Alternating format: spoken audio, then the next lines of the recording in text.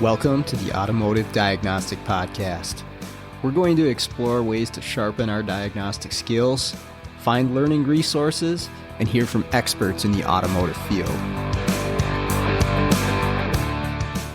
Hey, what's going on, automotive world? Welcome to another episode of the Automotive Diagnostic Podcast. My name is Sean Tipping, and I'll be your host once again for today's episode. I've got a special treat for everyone today, the return of the Matt and Matt Show. It has been a calendar year since we've had both Matt Fanslow and Matt Skundrich on the show together, but we're doing it again today. They're joining me, and we're going to cover all of the topics, what it means to be an A-tech in the automotive industry.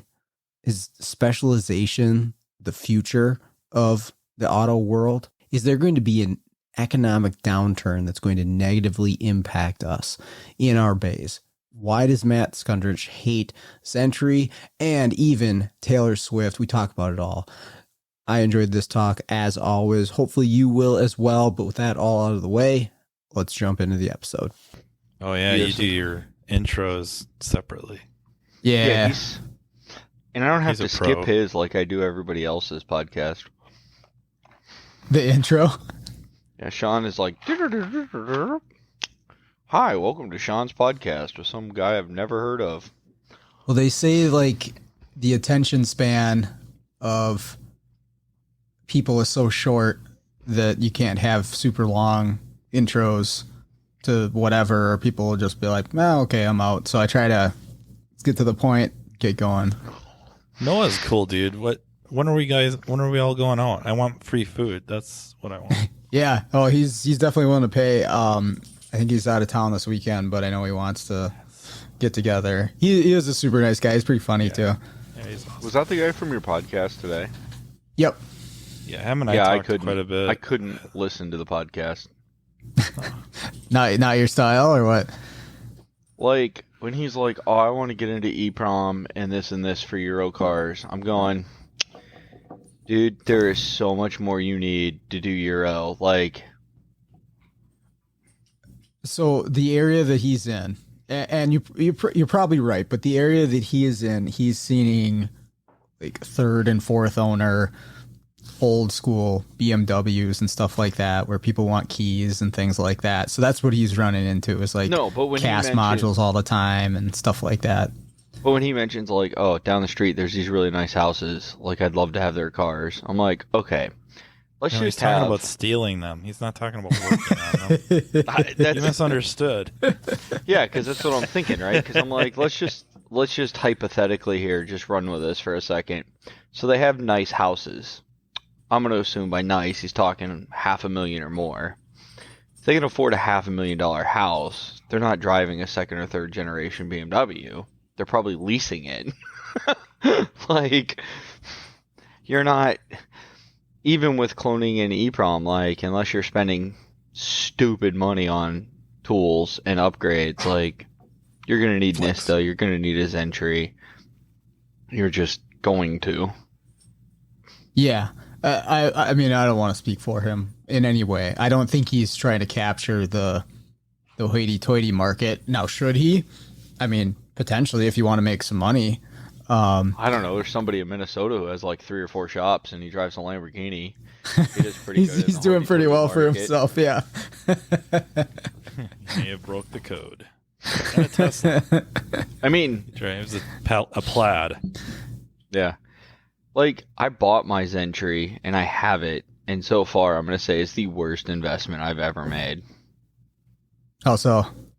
Well, so, unless you know somebody who knows somebody who you can call every time you're working on one of them cars, like, I have a 7229 transmission. The guy bought the plate, the valve body from the dealer. Box is there, right? He's like, hey man, I've got the pan down, fluid's out, but I left the valve body in there, so if we need the old one in it, it's in it. I'm like, okay, let me hook up, we'll get ready to SCN code so we can pull all the stuff, and we'll Just swap it. His entry's going through in this DAS mode, which sucks. If you've ever used DAS, it's like, I don't know, watching paint dry. It's so slow. And I get done, and it's like, okay, we can't SCN code the new plate. Failed. Okay, well, why? You could talk to it. Like, you have the coding. Like, what the fuck? So, I post for help on this one Facebook group, and Matthew Vaughn calls me, and he's like, hey, try unplugging the ABS module. So I go back next day and unplug the ABS module. Nothing. Still doesn't work. So, I noticed that the guy happened to buy a reman from the part number, because you can buy a Mercedes parts catalog. It's a reman part, which I get it. It's like an '07, right? Like, getting a new one's probably rare. Guy's friends with the parts dealer. It's how he gets parts, even though he doesn't even have an ASDEF, which is a whole nother issue I have with these people. And he's like, look, man, I'll just go down and get another one. I'm like, you're just going to give you fucking another one? He's like, yeah. And I'm like, okay.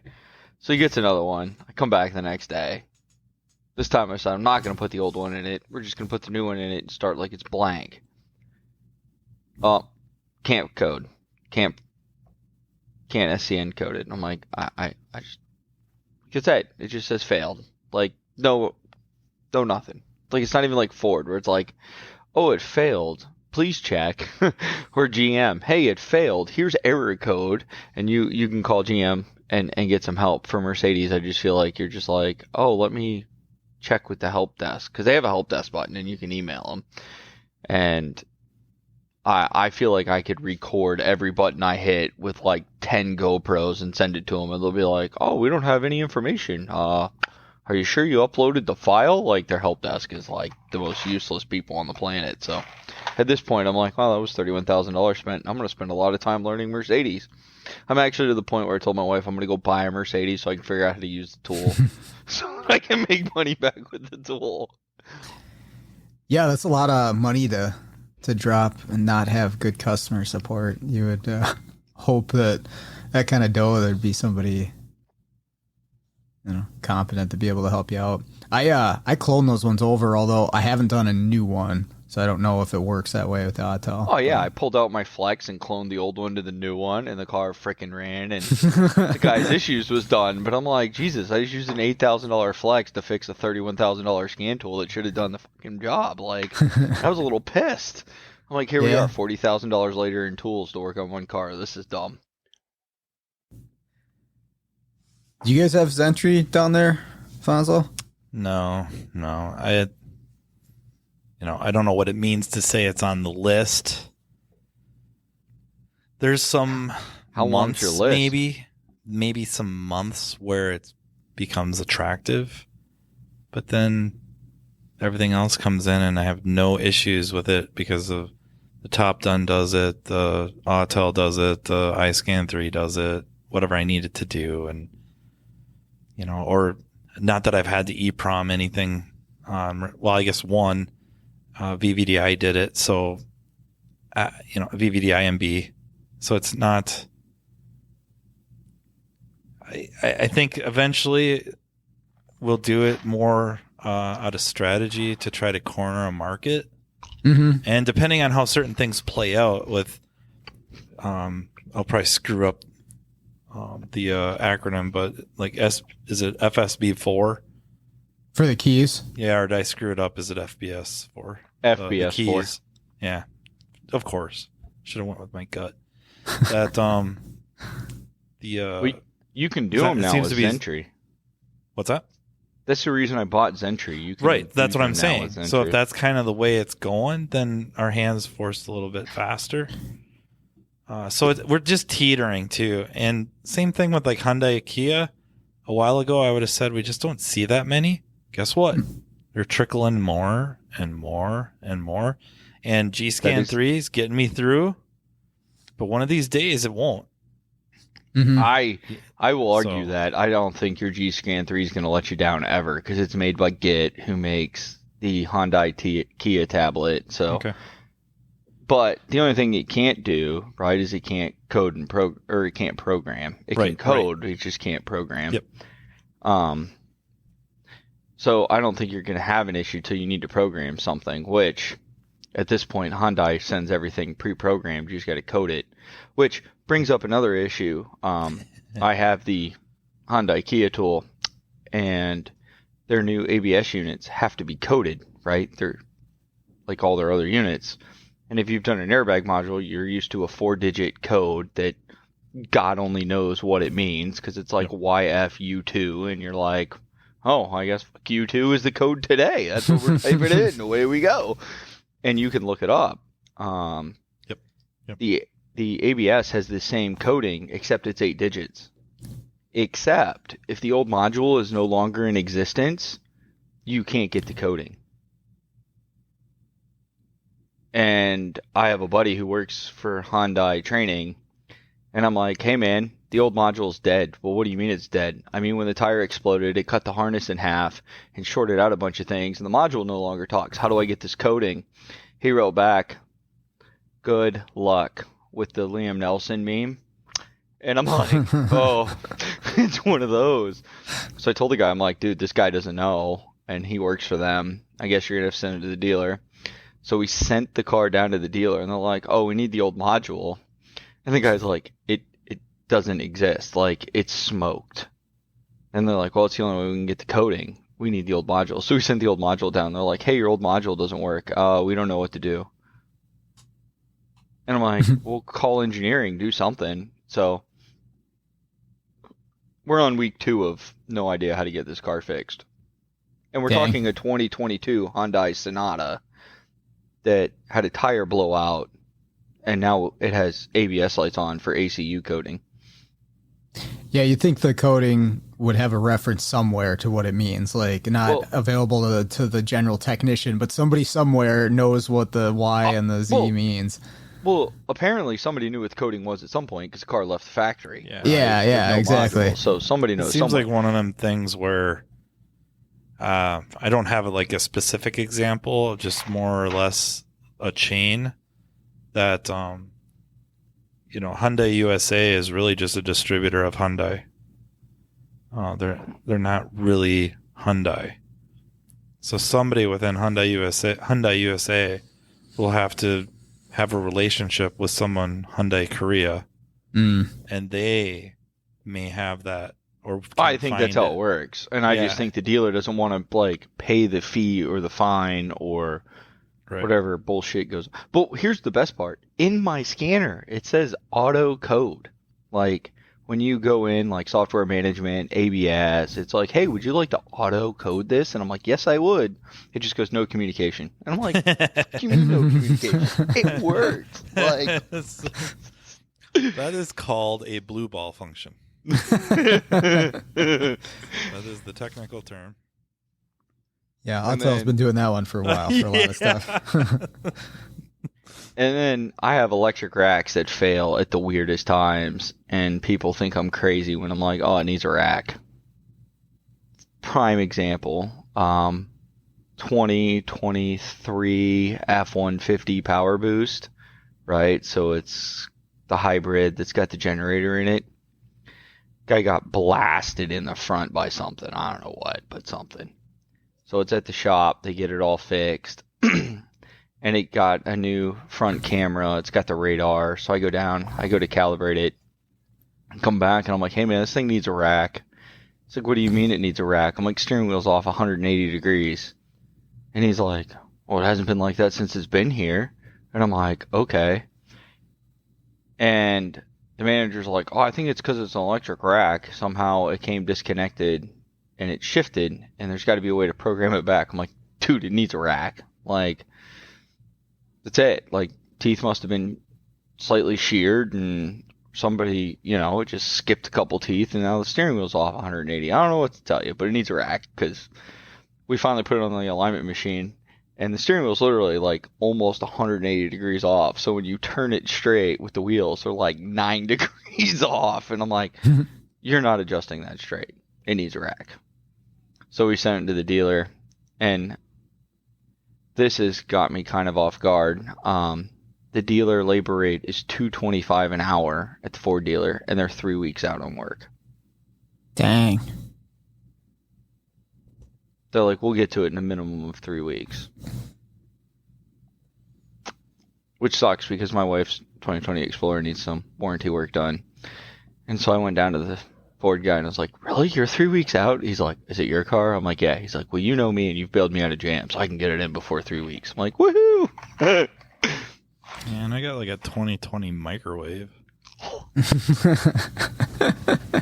Like, See, listen, there's a difference between you and me. I don't own no a doubt. No doubt. I don't own a lift. I don't have access to a lift. And I just changing oil sucks on the ground at my age, so I'm not crawling underneath there to take 22 bolts out of a shield on the ground. Yeah, that has been something different for me. This has been the first, well, whatever it is now, 4 or 5 months of my adult life that I haven't had access to a hoist. Wait, are you not at the college with a lift anymore? I am not at the college anymore, so at the college? I sure did. Did I miss that announcement in the podcast? Are you a CEO or are you still a sole proprietor? I'm S corp or LLC filing as an S corp, but Ooh, yeah, like President Sean, we got to change your title over here.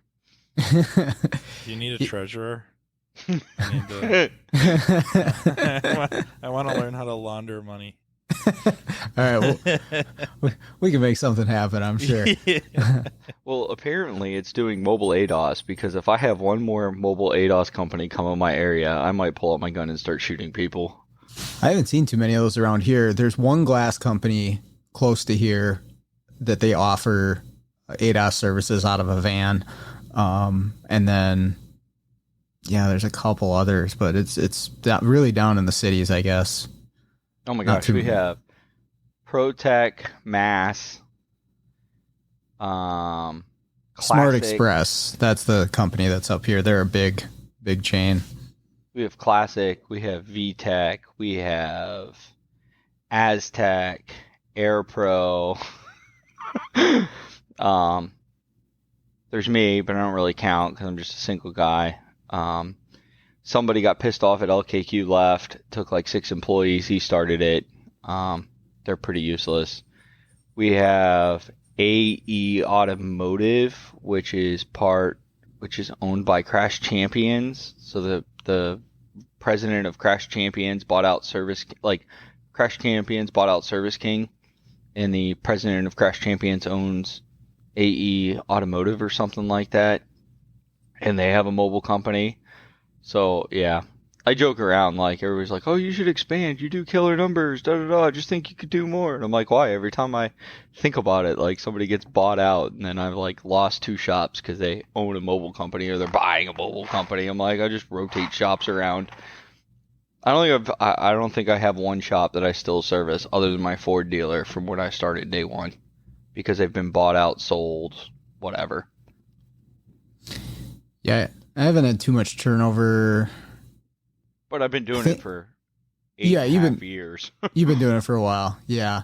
The only shops that I don't go to anymore are ones that I've fired just because it was just a pain in the ass. So you take what you can in the beginning, and then as it grows, you realize, okay, well, I don't need this problem when I have all this other good work to do. Let's focus on that. That sounds like a speech I gave my service advisor. You know, like for a while, you know, talking years ago, that you kind of had to take whatever you could. Mm-hmm. And after you start building up kind of a client base, it kind of affords you the opportunity to start shaping it to be the type, if you will, of clients you want. And so, yeah, you just kind of, I don't know if I like the firing thought, you know, and that's probably just nitpicky with semantics, but there's just some people that are like, we're not going to make you happy. You're not going to have a good service experience here. So here's a couple of business cards for shops we think might be right up your alley. See, yeah, I like that approach that you've mentioned that before, where it's not a bad thing. Just like, hey, this is a better fit for you than working with us, and everybody wins in that scenario. The right customer gets to the right shop, and you're not stuck with it anymore. Yeah, and we'll probably still get the stuff that we would like to get from them anyways. So usually they're upset about diagnostic fees. They don't like it. Well, there's a couple shops that don't charge for diagnostics, especially if you have them fix the vehicle. Send them there. And they're going to be happy for 90, 95, 99% of the time. And then that one time, some issue that shop can't figure out, doesn't have the stuff to do it. They're going to say, you're going to have to take it here. And now they come in almost kind of preconditioned. They know what to expect. And so there's really no ruffled feathers. They know what's going on. We know it's going to be kind of a one-time thing. They know it, and it just seems to be better all the way around. No, I don't know. We could go on a tangent on it, but Lucas Underwood would agree with you 100%. Like, he's done the same thing. I got to change my mind then. Sorry. In his business. Like, got to backtrack. He, yeah. And I don't know. Like, Taylor Swift's all the rage right now because she couldn't sell tickets or something on Ticketmaster. But I joke around that she's my hero because I believe in her songs. I should have said no. I should have gone home. Because there's times when I'm just sitting there working on a car going, I should have said no. I should have gone home. I should have thought twice. Like, I'm like, her song rings so true. I don't think I would know a song of hers if I heard it. Well, tomorrow when you get to work, next time you get a car that you don't want to work on, you're going to go on YouTube, type in Taylor Swift should have said no, and just play the song, and you're going to laugh your ass off as you work on that car, because you're going to be like, wow, this fits perfectly. I'm going to look for the metal cover of it, and then...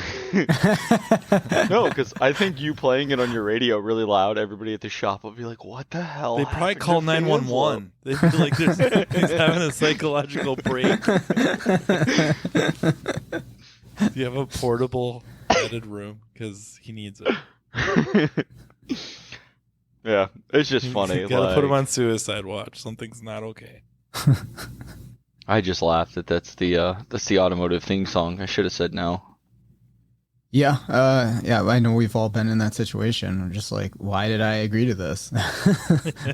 I knew better too. Like, I knew that this was not going to go well, or it's going to be a problem, it's going to ruin my day or whatever. And then I agreed to it anyways. I let somebody talk me into it, and I'm getting better, but I still find myself in those situations. I'm just like, God dang it. Well, and the worst part is like, we're both mobile. I mean, Matt does some mobile, but not to the level we do. I don't think it's even worth mentioning, yeah. But you do. And so you can kind of relate is you walk into the shop and you're there for a diag, right? Like, I don't care what it is. Let's just say it's a communication issue. And you're asking the tech, like, hey, what's the deal with this car? Because he spent hours on it, so he should know a little bit more. And he tells you these stories about all this BS testing he's done. And you're like, no. I just want to know, what is wrong with the car? Is it the TCM doesn't communicate? Does it only communicate if I hopscotch on Tuesday and then the PCM's on Thursday? Like, what's wrong with the car? I don't care that you say you checked every fuse. And then you start your diagnostic routine. If I want to say it was Vision. I think it was Vision. Eric's like, you need a diagnostic routine and you got to follow it every time. And I've never thought about it, but he's right. Like, I do the same thing over and over, and I do it. I don't care what the problem is. Like, I have my diagnostic steps, and I repeat them every problem, no matter what the problem is. And so one of mine is check every fuse in the car and make sure all fuses are installed in the car. Because I make more money off installing fuses than I do telling people fuses are blown. Mm-hmm. And it never fails. That A-tech at that shop who thinks he's, God's gift to automotive is like, man, I told you 12 times I checked the fuses. I'm like, listen, I don't care. This is my process. You called me. We were doing this step by step, and we'll fix this car. Deviating from these steps has cost me more money and time than I ever care to imagine. So let's just move on with checking fuses. And it's always the fuse check that gets them pissed off. Like, Oh, what do you mean? You found a Yeah. missing fuse. I checked them 12 times. Oh, yeah? Yeah? Well, fuse 12 wasn't in its right hole. Okay, dumbass. It was in 14. And 14 shouldn't have been there. It should have been 12. I had one yesterday. It was for side object detection, and it was blown. But he's like, I checked it. He's like, I know I checked it, and then I was like, well, what'd you use to check it? What'd you? And he said he used an LED test light, and I'm guessing, and it was one of those Cut the cord off and fuses. throw it in the trash can, because that's what I do. Well, I told him, I was like, Right in front of the tech. there's certain uses for that. This is not them, because I showed him. I was like, incandescent bulb and this and that, and he's like, oh, okay. But he was pissed at first because I was like, yeah, it's a fuse. He's like, dude, I checked it, and I showed him, and it's just a sliver, just a hair that it was popped, but yeah. So there's and missing fuses does get people, because I don't know, they're not looking at a diagram. I'm not really sure. I got the best prime example of other mobile techs just missing things that I just don't understand. So my father-in-law passed away July 3rd. Okay. So I send my wife to Michigan. Kids and I fly up a couple days later because they have to set funeral and stuff, right? So I'm like, hey, you go be with your brothers, and then we'll come up when it gets a little closer. And so I told all my shops, hey, I'll be leaving in a couple days, but I'll do as much as I can until I fly out. We fly out, I want to say it's a Thursday, right? And I get a call, or no, shop calls me on Thursday, and I left like Tuesday. Hey, we took this bumper off this Honda. We have every light on the dash, and we can't communicate with half the car. I'm like, dude, I don't know. Like, did you leave something unplugged? Like, it's a Honda Odyssey. I think it was a 2018. And he's like, no. He's like, well, I'm like, call. I knew one other independent mobile company. I'm like, well, call him. He seems to have a decent reputation. Call him.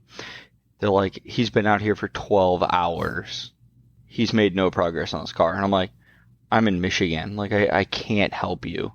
Like, what are the codes? So they send me codes, and it's no communication with radar, no communication with blind spot, lost communication with a multi-purpose camera. And I'm like, oh my God, I have no idea what you fucked up in this car, right?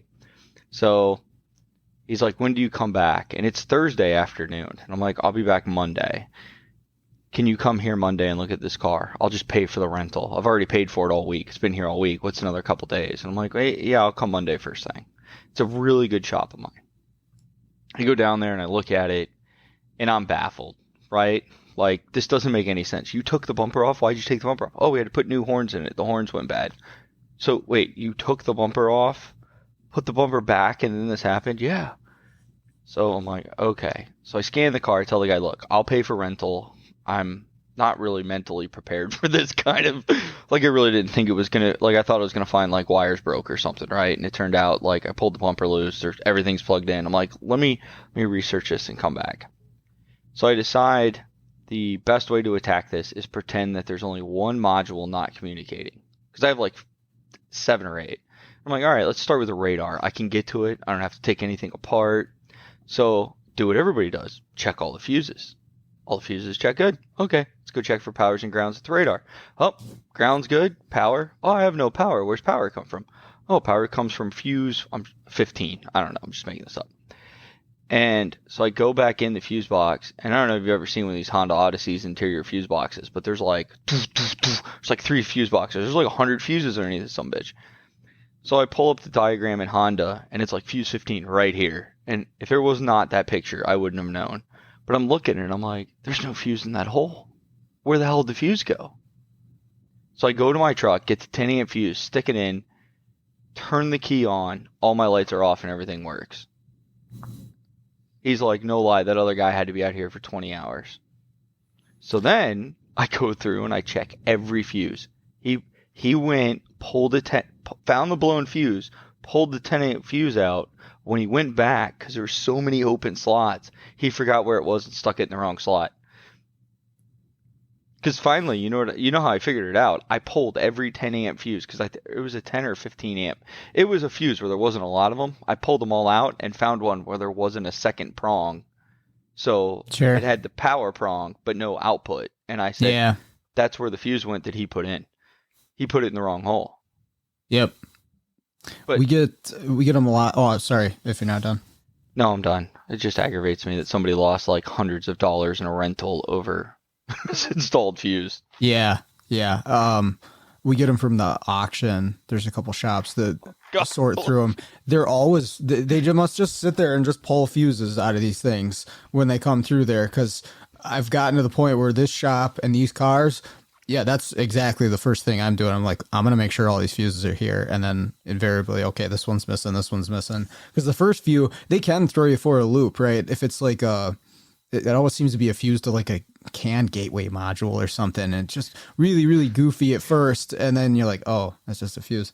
But the thing that gets me is like the people that'll do something like that, right? Whether even if it's just a person, like not a technician, owner of the car, like you did something and now there's a problem, maybe undo that thing and see, like that would be my thought. Yeah. Like it was something I had no idea how it worked. Well, I just moved this thing and now there's more of a problem. Maybe I should move it back. But that thought process must just not happen with some people. I don't know. Yeah, or at least mention that you were in there. Yeah, exactly. I was going to say, like, where I thought that was going was that he spent however many hours out there trying to figure this out. And what I see sometimes is people get overwhelmed. Techs get overwhelmed. Yes. You plug in and there's all these codes or all these modules don't communicate or whatever it may be. It just seems overwhelming, and you spend maybe an exorbitant amount of time trying to tie them all together, just poring over wiring schematics and how can I relate all these issues to a singular cause? Can I find that one connector, that one ground, that one fuse? And a lot of times it's kind of like, you know what? Just pick one. Pick the easiest one you can find. So like I had one from a collision shop. We kind of already know what's going to be the situation here, but boatload of codes, boatload of communication codes. And you know what? The active grill shutter stuff looks like the easiest thing. So I go pull the schematic on that, and I'm kind of comfortable with the idea that if I can diagnose the issue with the active grill shutter, I'm going to knock out a lot of these other issues. Or if they're all separate, well, I'm going to have to bang down the line anyways. And yeah, same thing as you're saying. Somehow, some way, either they popped the fuse out, and when they went to pop the new one in, they put it in the wrong slot. But that was it. One fuse fixed the whole mess. But I got there by just worrying about one thing, that I'm going to track down this active grill shutter. If I have a connector that's disconnected, I'm going to end up there anyways. I don't have to figure this out sitting in front of the computer trying to correlate all these wiring schematics together. Let me just, if I can do it quickly, great. I don't know. And it could be me. I'm not good at that. I'm just going to say and clear these out. They come back right away. They're hard faults. Let me just pick one of these and try to figure it out. Which one looks the easiest? And that's the way I go. Yep. That's great advice. And just pretend like the other problems don't exist. Like don't even think about them later. Yep. The other night, matter of fact, it was last night. A guy messaged that he has like 2010 Malibu, and going down the road, it loses communication, like 4 modules. He's like, I don't even know where to begin. And this guy's a pretty decent diag tech. Like, I watch him scope things, and I'm like, what? And he's like, I think the BCM might have a bad solder joint. And I have the persona of Facebook of just jumping off the rails and yelling at people, and he's like, let the bashing begin. And I'm like, okay, I'm going to bash you on this part. How the hell do you jump to this randomly loses communication? It has bad solder joints in the BCM with no test. Like, come on. And so I kind of walked him through how I do communication problems, which is list all the modules that are broken. Is there anything in common to all 3 of those modules listed? And like Fanslow said, I want you to name wires. Like, hey, they all share CAN high and low. It's all on pin 6 and 13 or 6, whatever it is. And do they share power? Do they share ground? Anything they have in common, write it down. I don't care how stupid you think it is. Oh, everything goes through connector X231. Oh, that's dumb. Why am I writing that down? Just write it down. It's a list. I don't care how dumb it is. Write it down. Now I want you to look at your list of all those common problems and think to yourself, which one is the most plausible that could affect everything in that list? And in his instance, we had another clue. He said that it happens going down the road after you drive it for a minute or two. If you turn the car off, the problem goes away, but if you drive it another minute or two, it comes back. And he goes, well, the only thing really in common other than the gateway is the wires. I said, well, there you go. He goes, well, how am I going to figure out if it's the wires or the gateway? I said, well, you could put a scope on it and drive it down the road, put the scope at 5 minutes, because you said it happens at 2 minutes. Drive it down the road. As soon as it happens, hit stop on the scope, come back to the shop, look at what happened. Did it short to ground? Did it short to power? Like, what happened? I'm like, it's very simple. And he's like, oh, I've never thought about it that way. I'm like, don't think about networks or something complicated as a network. Think about it as a light bulb. Like, all a network signal is voltage going to a source. What happened to that source? What happened to the light bulb? Oh, the light bulb went off and it came back on. Okay, why'd the light bulb go off and come back on? Don't look at a module as a module. Think about it as something really basic that you understand. Don't make this problem so complicated your brain can't wrap your mind around it. It needs to be very basic, break everything down to its basic form, and solve it one simple component at a time. We don't care there's 4 modules down. We want to know what's in common with them 4 modules. And I think networks is one of the only times where if you have 5 or 6 modules in common, like, it's easy to see what's in common with them, because when you're on the network diagram, you're like, oh, let's look at powers and grounds. Da-da-da. But if you break it down, like you said, the problems sort themselves out. It's not, it looks like rocket science and you look like this superhero at the end, but you're like, oh, I'm just an idiot who got lucky, and you walk off and you go to the next one. Well, I'm sure you guys have found too, most of the solutions to these problems that just kill technicians are very simple. Like, I'd say 90%, at least what I'm seeing, what I'm going into. 95. It's not anything crazy. Like, I'll get those every once in a while, or like, wow, that was wild. I really learned something there. But so much of the time, it's just like, okay, fuse, okay, ground, broken wire, whatever, nothing. Yeah. Well, I mean, that I sent you that video of the fuel pressure gauge. Yeah. And it was Toyota Corolla or Camry. I think it was Corolla. And it had been to another shop. And the complaint was it will not get out of its own way. And, they did the tune-up. They did, plugs. They did fuel system service. They did the mass airflow sensor, and it got a catalytic converter. That's a lot of money. Mm-hmm. And it still doesn't get out of its own way. And, quick test drive acts up all the time. You could just see it dives lean. And both, I guess the pre-cat is a AFR, but you could see it dives lean, post-cat dives lean. So this thing's legitimately going lean. I suppose theoretically I could add a weird math issue, but the fuel line's super easy to get to put a gauge on and then go out and drive it. It's a little old school, tape the gauge to the windshield, but you could just watch it drop. So that was a lot of money for a fuel pump issue. Yeah. It's a terrific amount of money. And that's something I just feel like back in the day, that was common practice. To, throw that fuel pressure gauge on and go for a ride. Well, that's the thing. Yeah, the same basic problems still exist on cars. A shop put a transmission in a Prius recently and still wasn't shifting, is what I was called in for. It's like, yeah, this thing's still not shifting. And I go and drive it. And it's a Prius, it's a hybrid, but like, I could tell immediately it was plugged cat. Like, you could hear the exhaust, whistling from the exhaust leak. Yeah. And it's just like, I went on a test drive, I came back, I'm like, the cat's plugged. And I pulled out the WPS just to, have a test to show them. So, I felt like I was building value into my diagnostic, but I knew right away. And it's just like, these are still the same basic things that we've been dealing with, or at least for me, that we've been dealing with since day one on cars. So what gets me is these are the basics. Like, how did we get to the point where the basics are not being solved? And yet, we're supposed to move to EVs and these other self-autonomous vehicles in the next couple of years. Because, let's face it, the way they want to, all these corporations are jumping on the EV bandwagon. I mean, you look at what an EV Hummer cost. Holy mother, I'm never buying a new car again. Thank God I got a 2020. So in 2030, it's only 10 years old. But I just feel like it's a human condition.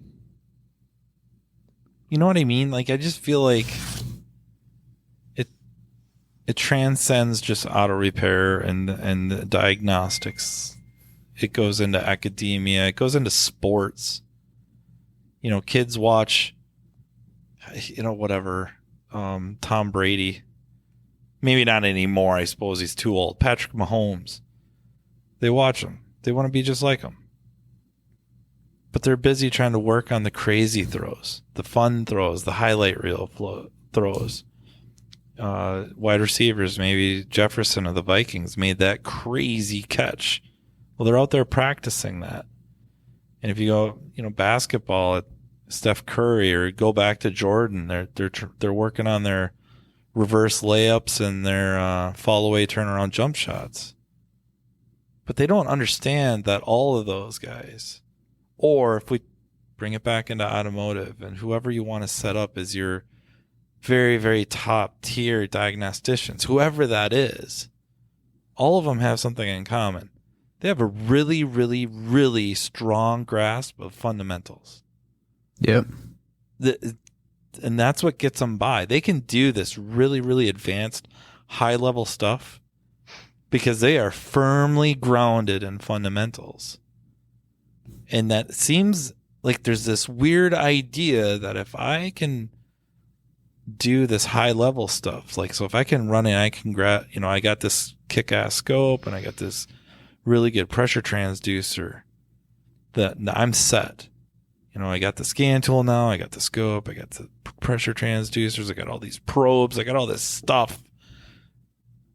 No car is going to kick my ass. And yet, it's worrying about this high level stuff and forgetting all the fundamentals that allow you to, I think, efficiently use that stuff. I don't mean like how fast you can set it all up, but you get that pattern and it means something. You have that fundamental understanding of what's really going on. Or when it's unreasonable to use that tool, like for whatever this misfire, it's not reasonable to put a pressure transducer in it.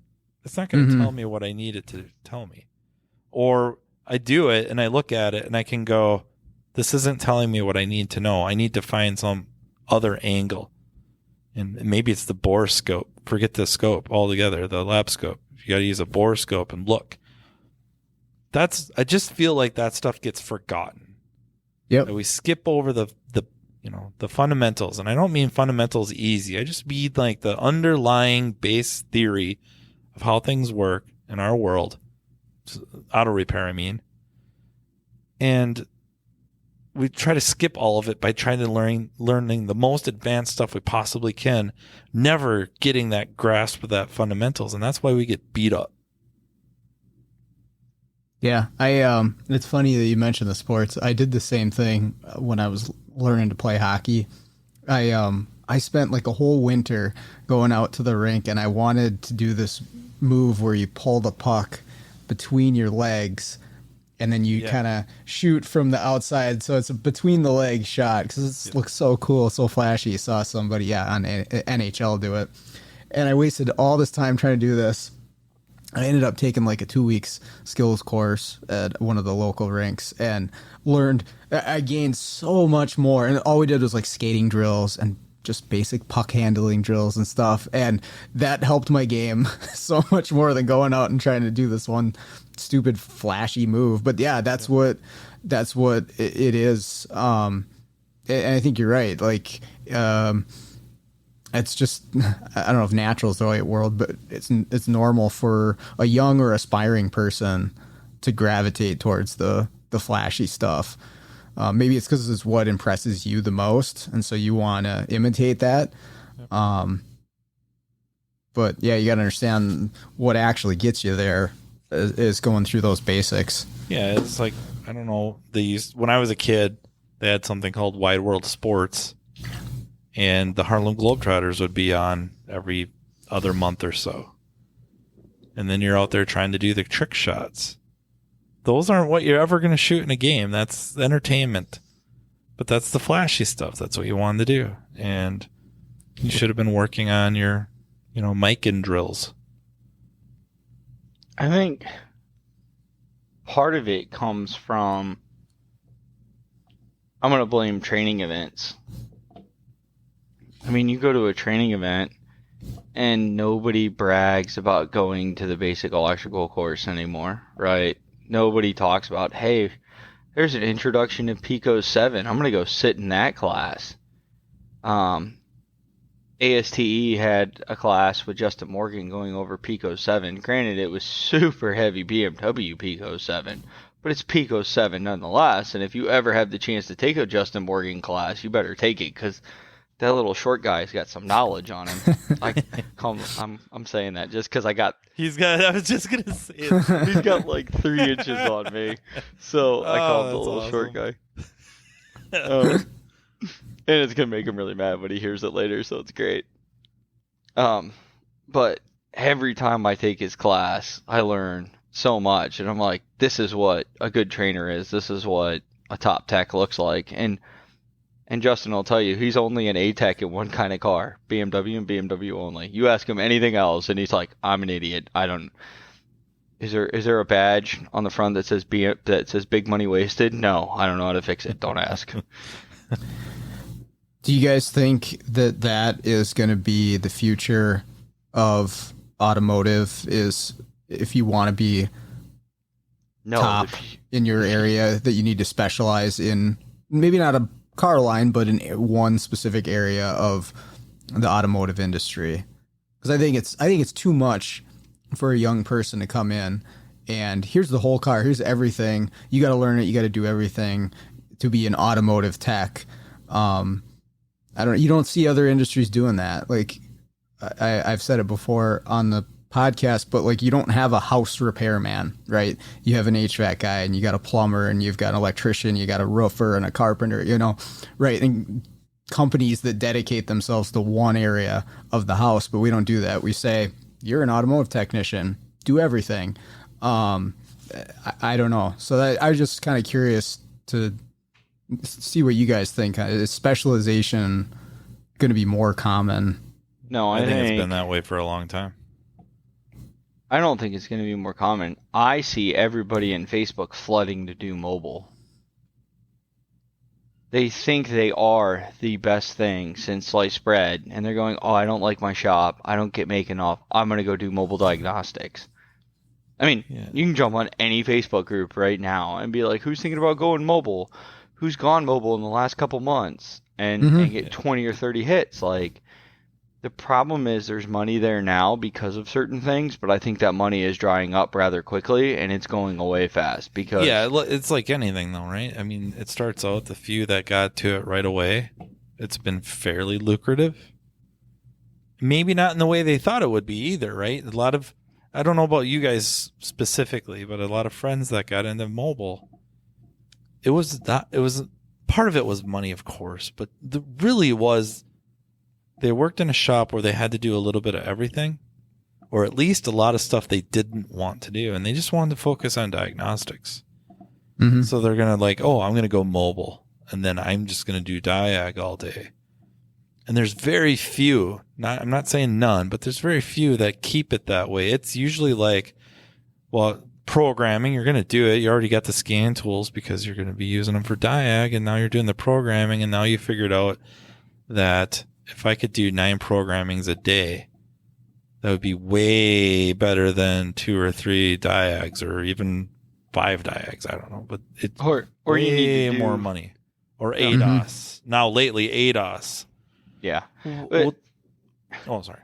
Sorry, you got to do some, or you go, hey, I got to do 2 programs because that diag is kicking my ass, Right. and I've got 5 hours in it, and I need to bring home a paycheck to buy my kid formula tonight or diapers or whatever. So you do a couple more programs than you normally would because of that.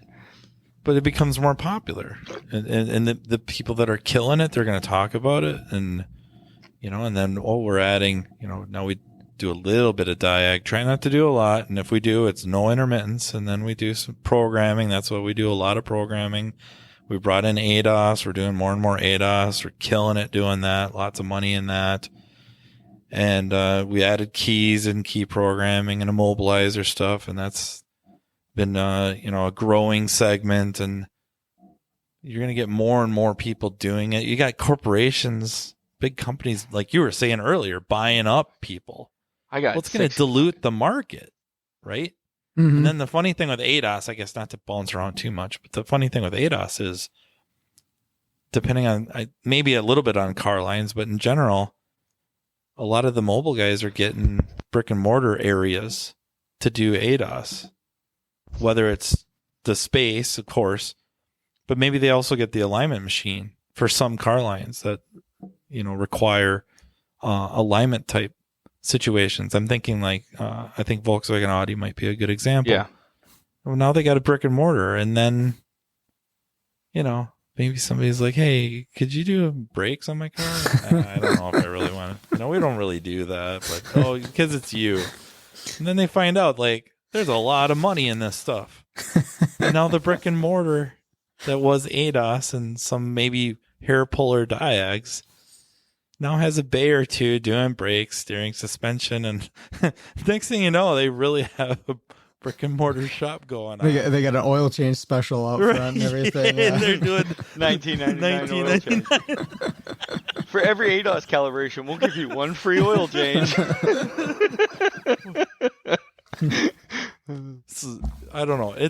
We have gone down the rabbit hole of whatever topic we were supposed to be on. But still, I think it starts to get diluted eventually, right? And now everybody wants to do it. It's going to be harder for those that are in it to make money because, once you start diluting it, now you're going to start fighting with dollars, and somebody will always take a little bit less, a little bit less, a little bit less. And then it's like, well, now what?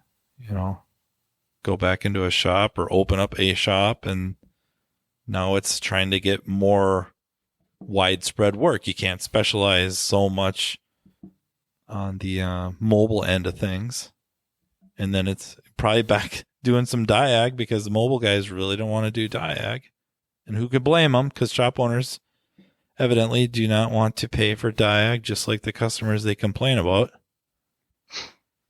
And this is kind of a dig. I just, I find it's going to be cyclic, I guess, like anything. Okay. But I think, I still agree. I think specializing and stuff has been around for, I really broke in the late 90s, early 2000s on IATN. I remember Steve Brotherton. So IATN, if you don't know, International Automotive Technicians Network, was kind of the first online forum for professionals. And when it really got started, I would say it was the elite of the elite, because there was people searching out other kind of like-minded advanced techs. And so IATN, Steve Brotherton had a shop in Gainesville, Florida, Continental Imports. They only worked on, I think, 7 car lines. Euros, basically high-end Euros, and then I think he threw in like Acura and Lexus. That's all they worked on. But he was preaching that way back when. Specialization, specialization, specialization. Even if you're in the medical field, you want to make the big bucks, you specialize. That's where the money's at, that competency. And I still think that's true. Whether it's specializing in a car line or two, or however many is fit for your shop. So his shop was pretty big. He had dedicated techs. These were the Mercedes techs. These were the BMW techs. These were the Lexus techs, stuff like that. And And yeah, they may do bumper to bumper. But if you're like our shop, all makes, all models, no freaking way. No way. Maybe there's a few out there, a few people that are just super special. They can do it all. Bumper to bumper, diag, pull engines, few and far between. The only one I could think of offhand that I know, I guess now I'm starting to think of a couple. Brian Pollock is one. That guy's a beast. Is one. Yeah, he's a freaking beast. In more ways than one. It does help that he's like 6'8" and 300 pounds. He just steers the car. Run, dang it. I tell him I'm really nice to him because I'm scared he could like break me in half with his right pinky. But it's really, that's a very elite group. There's not that many of them. And like, even in specializing, let's just say you specialize in diagnostics, right? Like, oh, I'm the diagnostic guy. Even doing all makes, all models diagnostics gets a little like I talked about having Zentry earlier, but I had a 2021 that got new headlights, and I had to code them, and of course it had like circuit codes and faults, and I'm like, oh, I got the wiring diagrams now. I should be able to go through this no problem. Yeah, like learning their terminology, and yeah, I fumbled through it. I did make some phone calls. Thank you, David. And I made it, but it was like, what does this word mean? What?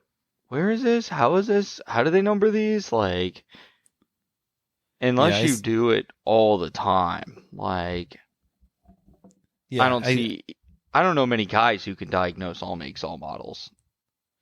Well, that, or even if I say we, which means I'm including myself in that. I'm only including myself in that because that's the shop is all makes, all models, and I try to figure out whatever it is. Right. Mm-hmm. But I don't think somebody that can specialize in fewer car lines than me, I don't think I'm nearly as efficient at it as they are. Just case in point, right?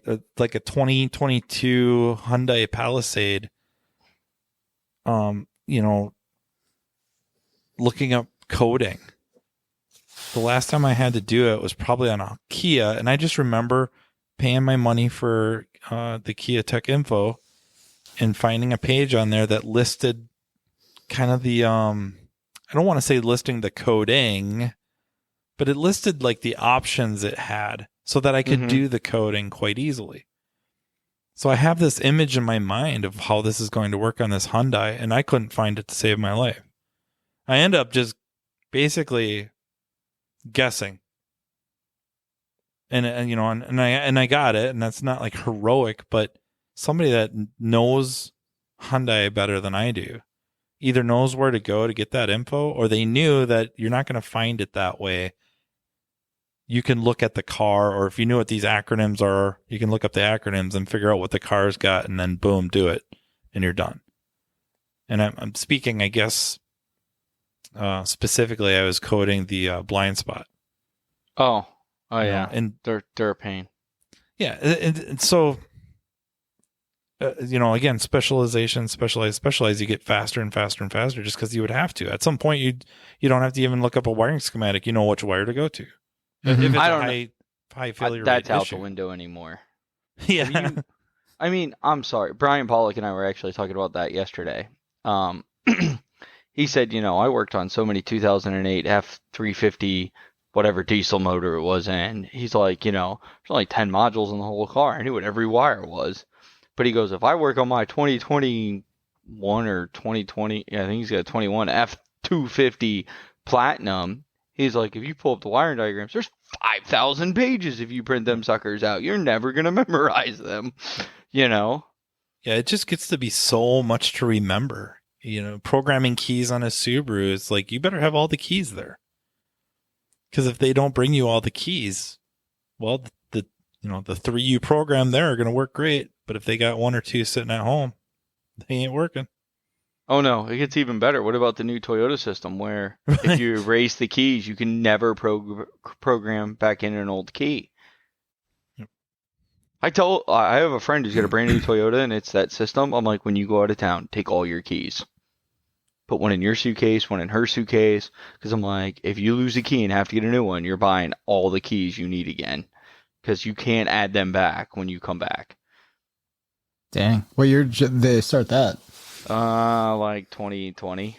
Oh, okay. There's a TSB on it too, because so many Toyota techs like screwed it up. They put out a TSB on it. Like, hey, dumbass. But you're right. Like, to have this random amount of knowledge to be able to, anything comes in the door, fix it fast, accurately, and move on. It's a skill that is so far and few between that I don't think many shop owners even know what they're asking for when they say, oh, I need an A-Tech. Yeah, I look at it from my perspective, and it's like, I might get it done. I just don't think it's nearly as fast as somebody that's super competent at it. You know, sometimes it might be, you know, I haven't had to use my Honda IHDS for 3 months. And it's kind of like, okay, log in. Okay, the passwords, I got to change the password. Now this might be different. Now I got the 3-hour download for the update. Oh, yeah, they updated the other day. Good luck. You know, it just, oh, man. And, you know, you just figure it out on the fly. And I'm not saying like it's so hard. I'm just saying there's no way I'm as good at it as somebody that does it every day. Yeah, it's not efficient. Yeah. When you're faced with new stuff that you've got to learn as you're going. And so, yeah, until you've done so many of that one, it's not going to be, you know, productive. I started writing down at the end of every day, and I have Google Docs set up for all the vehicle lines, and I'll go through and all the cars I touched that day, unless it was something, again, I'd done 100 times, and I know I make notes. Okay, this was the car, the engine, the problem or the code. Here's what I did, or like I program in this key. Here's the tool that I use. Here's the steps that I did. I'll just put it all down there because I'm definitely not that person that can remember all that stuff. Like if it was 6 months ago and I haven't done that particular key since then, I'm like, shoot, I got to fumble through this again like I did before. But writing that stuff down has been tremendous for me because I can't keep that all straight. I'm bad about it. Like I don't even write down passwords. I just knock on wood, and one of these days your laptop's days, gonna crash it won't and you're gonna work, lose every fucking password in existence. Ask how I know. It sucks. Back them up. Well, no, I'm thinking, but I have them memorized. Yeah, 1, 2, 3, 4, 5, 6 is easy to remember. So no, you forgot the word. If you're a password fan of in front Spaceballs, you know all my passwords. But when you said a shop owner is looking for or doesn't know what they're asking for when they say A-Tech, what do you think the average shop owner is thinking of when they say I want to hire an A-Tech? Like what's in their imagination of the guy that's going to come on, guy or girl that's going to come on? My knee jerk is they can do everything. That is what they think they're getting. I don't know. That definition is so rough. I think at one time it just meant somebody that was pretty independent, that an A-Tech could take a repair from beginning to end with very little outside influence or assistance. They're very self-sufficient.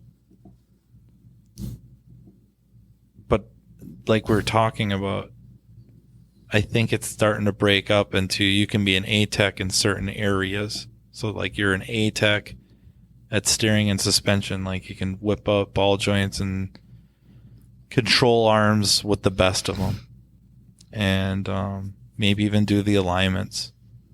But then it gets into timing chains, dropping down to beast tech status. That seems more reasonable to me.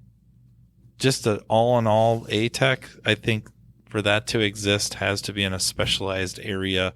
Not even, I mean, maybe more so a specialized car line. You're only working on, I mean, I would hate to say even put a number on it. 4 car lines. I mean, that's it. You could be bumper to bumper A-Tech on, a restricted number of car lines. You start journeying outside of that and things start falling apart. And I'm sure there's people listening going like, well, no, I work on everything and I do everything and I kill 60 hours a week or whatever. I can't imagine that's the norm. No, I don't think so. I think a lot of people will selectively filter out what they're not good at. I think a lot of shops do that. Yeah. Oh yeah, that goes to the dealer. Oh no, we don't touch those. In order to take in specifically what they are well versed in. I see that a ton. And I guess if the work's there, I mean, I guess it kind of makes sense, but I don't know. I guess I always wanted to be, as a technician, thinking when I was at Firestone, right? And that's what they expected of you is here's the car, fix everything. Outside of body work, we did it. And I wanted to, at least give it my best shot, try to rise to the challenge and figure it out. And maybe it's ego that's driving that, but that's what I wanted. And so, yeah, I'd get drugged down in the weeds on stuff. I still do, like, to this day, but you and I share that.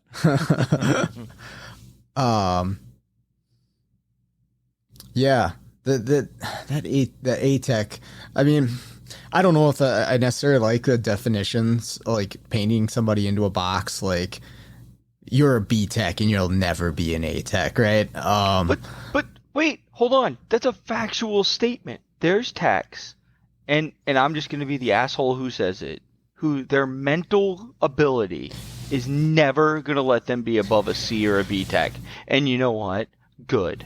We need them people. Just like I need the cashier at Walmart to scan my damn groceries because I'm too lazy to do it.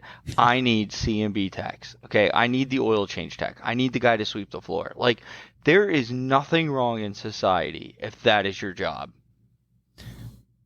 Well, certain people do like operate at a higher RPM, and like you're right in that aspect where that's a fact. Like, my brain is never going to function like Keith Perkins' brain. Okay, like that's just not going to happen. So there's different levels for sure, but I hate, and maybe this comes from the teaching side of things.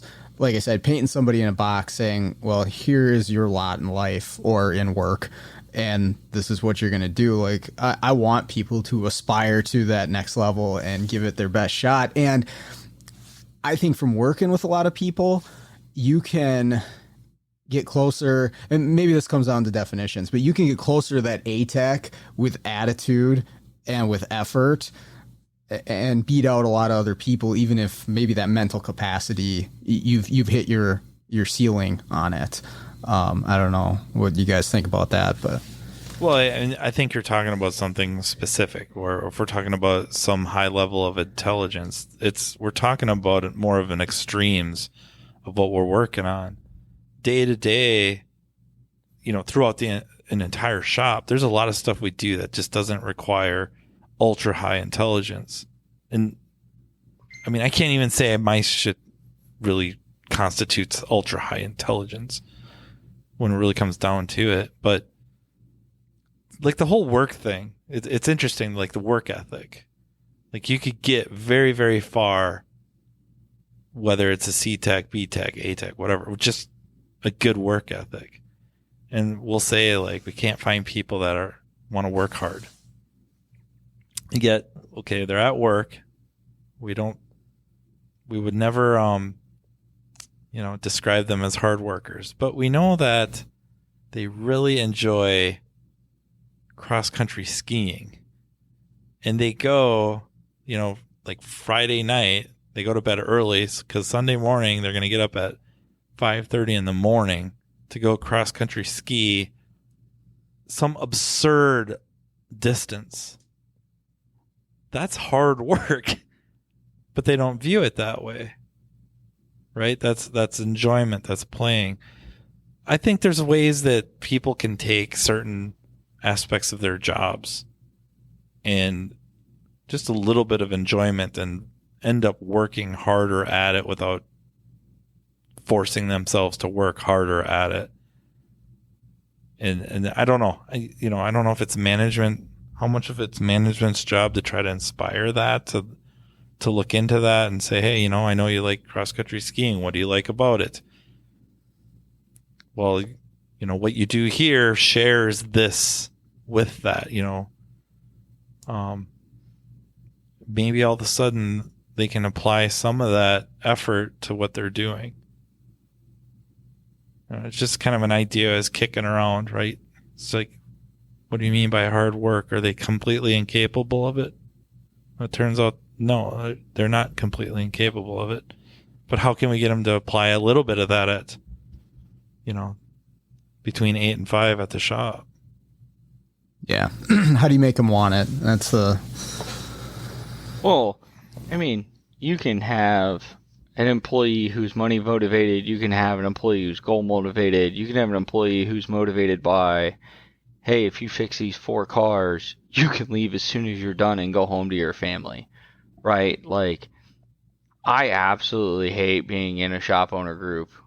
And every time they're like, hey, man, how can I motivate my employees? What's the best pay plan? I'm like, I'm not money motivated. You could offer me $200,000 a year. I'll be like, yep, I still ain't doing them time and chains on that BMW. You want time and chains done on a BMW? Justin Morgan lives in North Carolina. Ship the car to him. That dude gets off on fixing BMWs. I never want to see one of them pieces of shits again.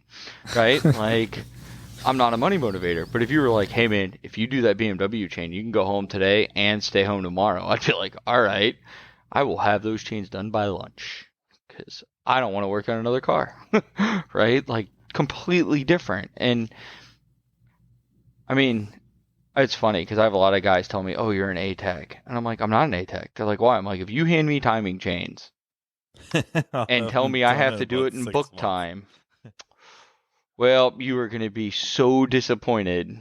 You're going to think your lube tech is now more educated than I am. Because me and timing chains are not friends because we haven't done them in a long time. Matter of fact, I've learned in 9 years of doing mobile, if I have to guess at a bolt size, I bring my 8, 10, 12, and 13 with me because I have no idea what it is anymore. Scoop them up with your hand. Like, nope, shit, it's a Ford PCM. It's an 11. Way I go to the drive. But I don't know. Like, I see the post. Fanslow's in the group. I don't know if Sean's in the group. We're going to have to get Sean in the group. But it's ASOG, Automotive Shop Owners Group, and you see it all the time. Hey, I'm looking for an ATEC. And I always ask, well, what do you need an ATEC for? Oh, I need a guy who can turn 150 hours. No, that's not an ATEC. That's a fucking machine. You want a machine. You want a money-producing machine. And let me tell you, that guy who can produce 150 hours in his 30s, he's great. In his 40s, he's down 20, 30%. In his 50s, just shoot him. Like, the guy's going to be so physically broken in his 50s from doing them kind of numbers that, what's he have left in life? I mean, you're not turning 100 and some plus hours a week on a 40, 45-hour work week without taking some shortcuts. Oh, yeah. And I don't mean shortcuts as in like, oh, I used my electric ratchet instead of a hand ratchet. I'm talking like, I just kind of picked up that tranny and tossed it into the subframe, right? Because getting the cherry picker out took 20 minutes, hooking the chain up 20 minutes, and putting it away 20 minutes. Oh, I wasted an hour. Oh, no, I'll just pick it up, set it in there, kind of shortcuts. Yeah, I always struggle with stuff like that. Not so much the sheer high, how high that number is, because I don't know. But I always struggle with when they say that, like, what is an ATEC? I'm looking for somebody that can turn, just for a number, 50 hours a week. Okay. But what does that mean? I always struggle with that. Like, are they replacing somebody that turned 50 hours a week? Did the person that they're replacing, were they turning 50 hours a week because your system's good enough to support that? Or were they successful in spite of your systems that are in place? One of those people that gamed it. They figured it out, they gamed the system, and then it looks good. But in reality, you bring somebody else in, if they don't know the game, they're gonna look bad.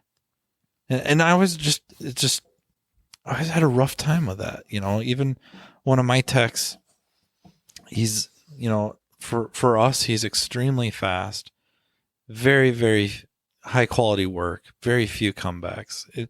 We're just ecstatic with what he does. But he would like a little bit of a reward for his personal achievements. And I'm telling him, like, I struggle with that because whatever that is, however we would set that up. Was it coffee in a coffee pot? No. It's basically like, what if something ends up costing you that's outside of your control, you're going to have some big problems with it.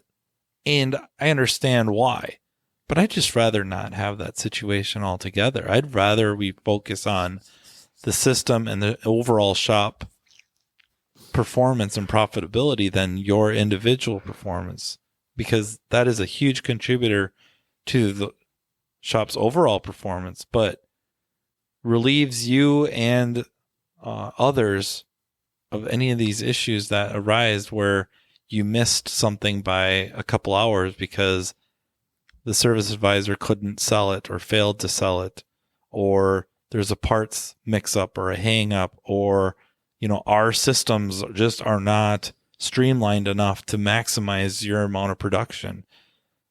Like, it just feels like when we're talking about a shop that is very focused on those production levels, management has to invest a tremendous amount of time continuously to make sure that that system is as perfect as reasonably can be expected to maximize your production and allow you to maintain that, hopefully healthily, because I think that's a very real concern that Matt brings up with, you just burn these people out. It's almost like a freaking dairy farm, right? It used to be you milk cows a couple times a day. Well, now they're doing it 3 times a day and they're burning them out in a few years. It's almost like we're doing that with techs. Like, it's just throttle it way up and set it up so they can just turn and burn and burn and burn and burn. And it's, if they don't get hurt themselves physically, they're burnt out mentally. Mm-hmm. And I'm not saying, we got to go back into some, serenity and it's just super peaceful and we got the flute music in the back. No, it's Taylor Swift. you got like the flute music and the, aromatherapy and all that. I'm not saying that, but just, I don't know, dial it back a little bit. Why not just make it so we're more profitable with the production down a little bit? I'm not saying like 20 hours a week, but you're shooting for these 60 hours or 50 hours. What do we got to do to back that down to 40? And then everybody maintains what they would have been if they're at 50. It's just kind of kicking around the idea. What does that look like? Well, here's a fun thought. We're going to talk about other service industries for a second. You don't ever see a roofing ad go, "Hey, I'm looking for a roofer who can do 3 roofs a day." Yeah. You don't see a computer programming ad go, "Hey, I need somebody who's good at C++ or Python or something else. Oh, and you got to be able to write 10,000 lines of codes." That's what I was going to say. You have to do like 10,000. Right. Like, you don't see them ads. You just see, "Hey, I need somebody with X amount of years of experience. They know roughly what that person's going to bring to the table." And that's it. But yet in this industry, there is, you got to have all 12 ASEs. I don't even know how many there are anymore. I've stopped keeping track. We add a new one every other year, it seems. You got to have like experience with ADOS, and you got to know programming, and you got to know this. Oh, and I want you to be able to manage our shop flow plus turn 60 hours a week. And it's like, wait a minute. Do you need an ATAC or do you need like a shop foreman and a TAC? Right? Like, what are you really looking for here? And it just cracks me up because, like, if you say something like, "That's not an ATAC, that's like 3 jobs in one," some of these shop owners are like, "You don't know, you're just not good at this, and I know what I need to run my shop," and blah, blah, blah. And I'm like, no, you're trying to get $1 million player for $20 an hour, and this is why you haven't found anybody. Like, you're hoping to land on Mars with a spaceship that's not leaving the platform. Yeah, I got this image in my head. Have you ever seen this? The Spinal Tap? No. Oh, come on, really? Nobody watches these corny movies that you do. The greatest. It was probably the first mockumentary ever made about I've a seen a rock Spinal band. Tap done. It ain't pretty. Yeah, this is Spinal Tap. It's a mockumentary about a rock band. I don't know if it's technically heavy metal, but we'll go with it.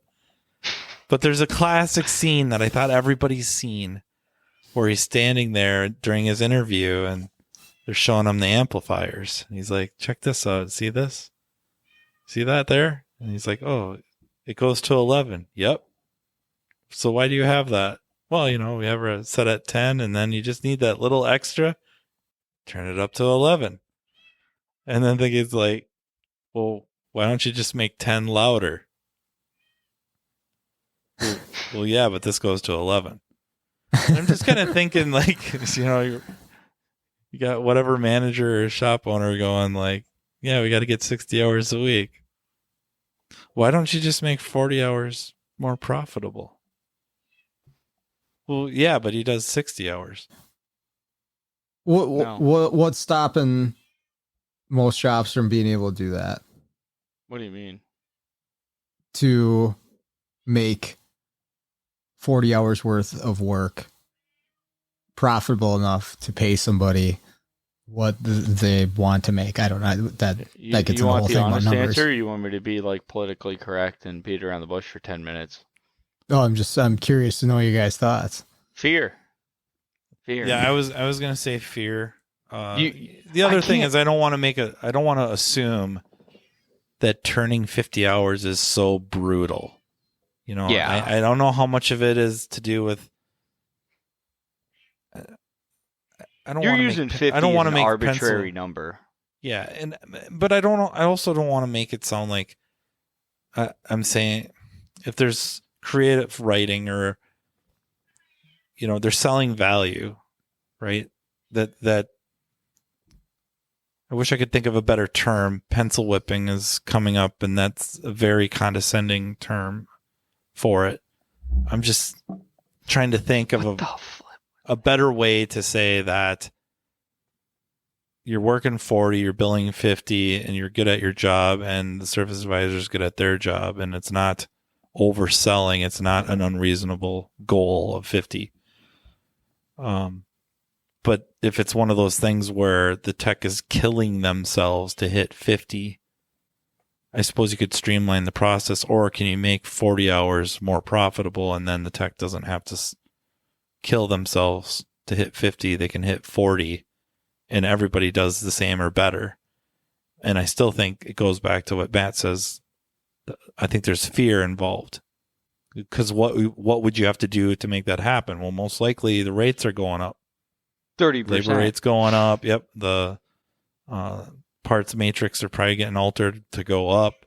Average tickets going up. And now you're worried about pricing yourself out. But is that realistically a fear? I mean, I don't know if we were recording when I said it, but my Ford dealer is backed up 3 weeks at $225 an hour. For a Ford. Like, I mean, I don't want to sound like too ultra confident about it, but I just feel like generally they find no. The raising their rates, as long as you're fulfilling expectations is probably a scary word to use, but at least within an acceptable expectations of the client, like they feel like they're getting good value for their money, at least good enough to justify it.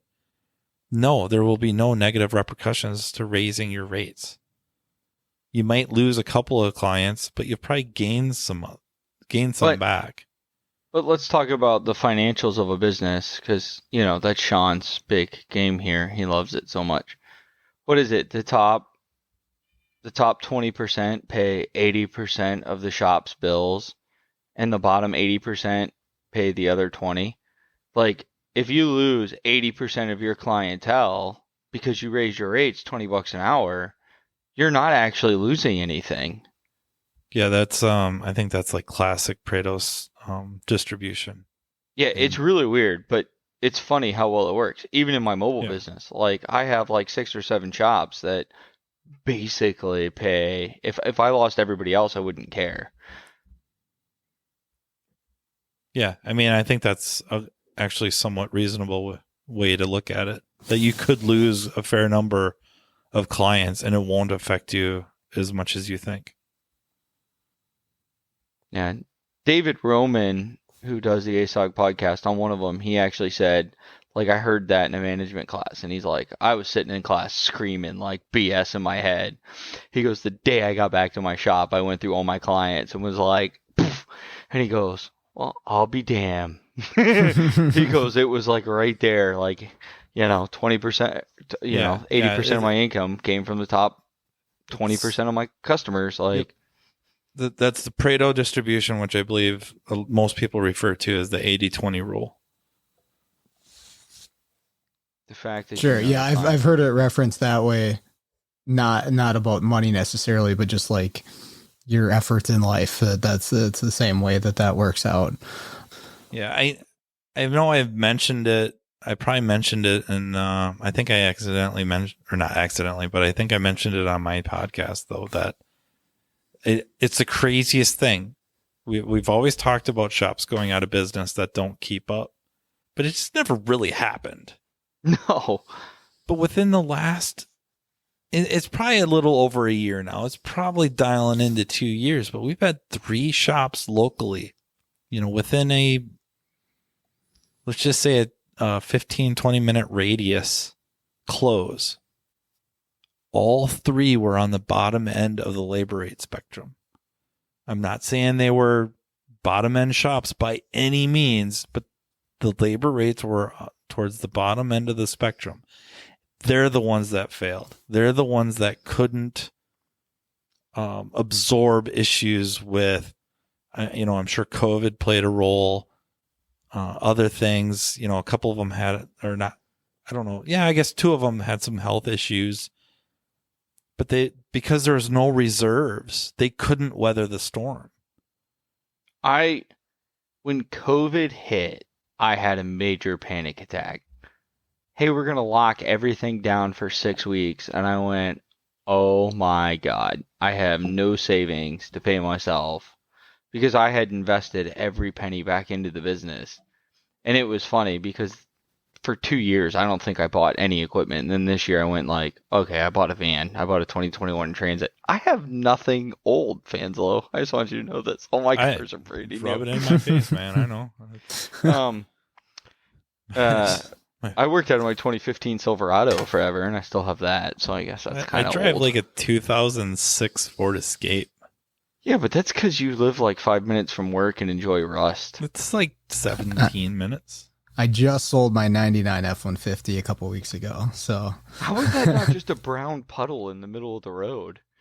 It was a nice white/brown paint color because of the rust. So yeah. Great. But I mean, I didn't buy any new equipment. Like, I didn't care. I'm like, I'm not buying it. And I saved and saved and saved and saved. And then my accountant was like, look, dude, you're going to start giving a lot of money to the government or you don't start buying some stuff. We're going to buy some stuff. So this year I went on a spending spree. So, and maybe this is way off track. I'm just thinking along these lines. A lot of people saying, we're going to see some sort of economic crash within the next couple of years, and who knows what will happen. Like, you can't predict that stuff. But what do you think will happen to the automotive industry in that case? Because I was thinking back to '08 when I started. Like, I had just bought a house and I was 2 years in as a tech, and I was panicked. Like, same thing you were saying, Matt. Like, I was like, oh crap, how am I going to pay my bills? And it turned out it was just fine. Like, we had more work than we know what to do with than I did before or after. So I loved COVID. I wish it'd come back. But I feel like the last year and a half, people have been spending money on fixing their cars. Like, it's going out of style. Like, yeah, because you can't buy a new one. Go order a Transit and watch them laugh at you. If you try to order a Transit right now, they're going to tell you, yeah, you'll get it in 24. Like, I am seriously considering in January going to buy another Transit. Why? Because in another 2 years, when it gets delivered, mine's going to have 100,000 miles on it. It's already depreciated out of its 5-year depreciation scale. Screw it. Just get the new one. Start a new depreciation asset. Like, and I'm not a shop. Like, I don't have the brick and mortar expenses of, I can paint this year, or, some of the other fun stuff you can do at a shop. So, and I honestly don't want to fix my vehicles on the weekend. I fix bullshit Monday through Friday, 7 to 7. I ain't fixing my crap on the weekends. That's why I have new cars. But, I mean, if you can't buy a new car, you have to fix the one you have. Mm-hmm. Yeah, and the used car market has been just crazy, too, for the cost of vehicles. But I'm just wondering if it takes a dive here. I mean, it already is. I think it started to slow down this month on people spending. But if it really takes a dip, what's going to happen to, those shops that, like you say, don't have enough stored away to weather the storm, or to even go back to what normal was 2-3 years ago. I don't know. It would be interesting to see what happens in the next couple of years. I think we're going to see a slew of young techs, and I mean young, who don't have any experience, who think they did okay in mobile because of ADOS, buy some of those failing shops because they have some money saved. Mm-hmm. And they did okay in ADOS because they were by themselves, the overhead was low, they could wing a lot of it, and your comeback rate is not... Let's say it's all body shops, right? If the comeback rate's there, they could blame it on something that was accident related, not have to worry about eating apart. They're going to buy these shops thinking, hey man, I knew one of my shop owners was doing $1 million a year in sales. I want to do that. And they are going to fall hard and fast. And we're going to see a shift. Because you can go to any young person and be like, hey, what's your operating expenses on most of these mobile guys? And they have no idea. They don't know how much they're spending in scripts a year. They don't know how much they're spending in equipment. They have nothing budgeted. They just kind of go by the seat of their pants. So like, I got an Autel MA600 or a topped-on ADOS machine. It does it all. And the stuff it doesn't do, I just buy as I need it. Well, they're not budgeting that. They don't know what that expense is, right? They don't track wear and tear in their vehicle. They're writing off the 70 cents a mile you get from the government and saying, that's wear and tear. I could fix it myself. I'm a mechanic.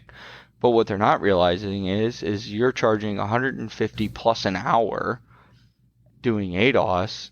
If you have to spend a Saturday fixing your car, or God forbid a Monday or Tuesday, you have 16 hours at $150 an hour to fix your car. You're better off paying somebody else to fix it, renting a vehicle and going to do that job. Like, it's a net zero gain, but in actuality, because you paid somebody, it's now a tax write-off. You actually made money because you wrote something off, right? Yeah, you made $2,000, you paid $2,000 in repairs, but I actually took a loss on that $2,000 because I paid the repairs. So I'm now negative income, which according to the government is great. I mean, it sounds dumb, but it works, and that's why I don't fix my own cars anymore. I just want the tax write-off. Like, and it doesn't always work out that way. Like, at a certain point, like spending $30,000 on a Zentree to write off, like, let's say 7%, might not pay off if you can just hand the government a check for $7,000, right? And then keep the other 23. I get it, but I think we're going to see a slew of young techs open shops and fall hard because they don't know numbers. And I think the economy going the way it is with interest rates, it's not going to be like what it was years past, right? Like, if I got to get a loan at 8%, I'm really going to debate if that loan's worth it at 8%. Where when the loan was 2%, I didn't care as much. Yeah, I'll take that loan. It's 2%. Who cares? But if we go back to when Fanslow was knee high to a grasshopper and we hit them 18% interest rates on mortgages, people aren't going to refinance to fix some stuff or do things, and I think it's going to change the economy of car repair.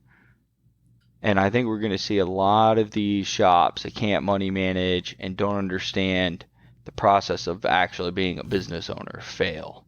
And it's going to be the young techs who didn't understand because they made killer money doing mobile and now want to buy a shop because that's the next step, right? Mobile got them started and got them an income, but the next step, the real money's in a shop, which if it was, they'd have stayed working in a shop to begin with. Yeah, I don't know that I see a struggle with an economic downturn or like straight up economics. I'm not sure I see us having big struggles. What I would, if I would have a fear, and I feel like it's fairly unfounded, but just as a thought experiment, I guess. If we revisited a cash for clunkers type situation with EV. Oh, I think it's coming. Yeah, if they want to really press people trading their ICE in, internal combustion engine vehicles, doubled up on the engines, internal combustion engine vehicles to go to EV or HEV, that would hurt. That would hurt a lot. And that would be good enough reason for everyone to start thinking like, hey, we better get about 6 months or so or better savings, expenses saved up, because I don't know how realistic that scenario is. You look at California and you're thinking, yeah, it's kind of realistic. I don't know. I don't want to be like a fear monger either. California said no ICE engines after what, 2035? Yeah, so if there's some sort of a program leading into that where we're going to reward you for trading in that, whatever vehicle with just a straight up internal combustion engine to go to this pure EV or HEV, hybrid, then that would hurt, because now it would be kind of cash for clunkers revisited, and that, my memory of that was, for a few people, that hurt. That car counts dropped. And again, like it's more just, if I had a fear, that's what my fear would be, is something like that, a program like that would directly take vehicles out of our base. And it's not even so much that they're EVs specifically or hybrids, just that it's enabling people to not have to fix that car anymore, getting something new, and it's taking a car that would be in our bays out of it for 3 to 5 years. Yeah, and if they crush them like they did with the exactly cash for clunkers, that changes quite a bit too. Yep, exactly. Oh, I think it's coming. I mean, the big fear is the global warming, the global changes that are happening, and it's like, oh, EV's the future, renewable resources. I think they'll do something. I just wish they'd be honest about it. They can't. Well, I mean, it's true, to push an agenda, they can't, but I'm not saying EVs are bad, that, it does lower, or to a degree, fossil fuel requirements, but it's not all sunshine and rainbows. It's a unicorn fart. Yeah, if they would just kind of start leveling with people, and then, which, but that should almost burn my mouth to say, right? That should cause me physical pain. Yeah, I don't know. We could go down some serious rabbit holes with this discussion if we go down, even start it. So I'm going to bail. I don't think an Yeah. economic downturn will hurt us. I think some sort of a cash for clunker-esque program that could really hurt. I just don't know what the feasibility of it is. I'm going to disagree because look at how much money we found out people didn't have during COVID, right? Like the average American had $200 in their bank account. I think most people live on credit cards. If we have an economic downturn and interest rates hit real high and these credit card fees go up, I mean, I don't understand how people. I've learned from my childhood mistakes, as I should say, because paying 34% on your credit card is dumb. But I mean, I just don't. I think it's going to affect people. I don't think it's going to affect everyone. I think there's going to be shops who have been in place. They have relationships. You know, they've built a rapport, and they don't. I don't want to say they oversell. I don't know how to word it, right? Like they come in and they're like, hey, hey, Miss Jones, yep. Hey, just to let you know, your axle boot's torn. You should get it fixed, but we understand you're on Social Security, so just start budgeting for saving that. It's going to cost X amount, right? The shop's not going, hey, you need to buy an axle today. You know what I mean? Like I think the shops that have a genuine care for their customers and they've built that reputation to care in a downturn won't see it. But some of these shops that I see that are sell, I think they might see it, if that makes sense. I don't know how to word it as elegantly as Fanslow would, so hopefully It makes sense. Trip over your words for a while, then that's how I word it. Yeah, I just think it's gonna be tough for a lot of shops to match what they did in the last calendar year. Based on what I've seen, the volume that's gone through some of these places. And if you've handled that responsibly, the money that you made and invested it, one way or another into your business, then you're set up for the future. But if you haven't and you're used to that amount of money coming in, I think it's going to change. It's not going to be the same as it was last year. I think that's going to hurt some shops. And I am thinking of specific places that I go to and I see how their businesses are run, right? And I'm like, okay, well, this is definitely going to make a change if they're not managing.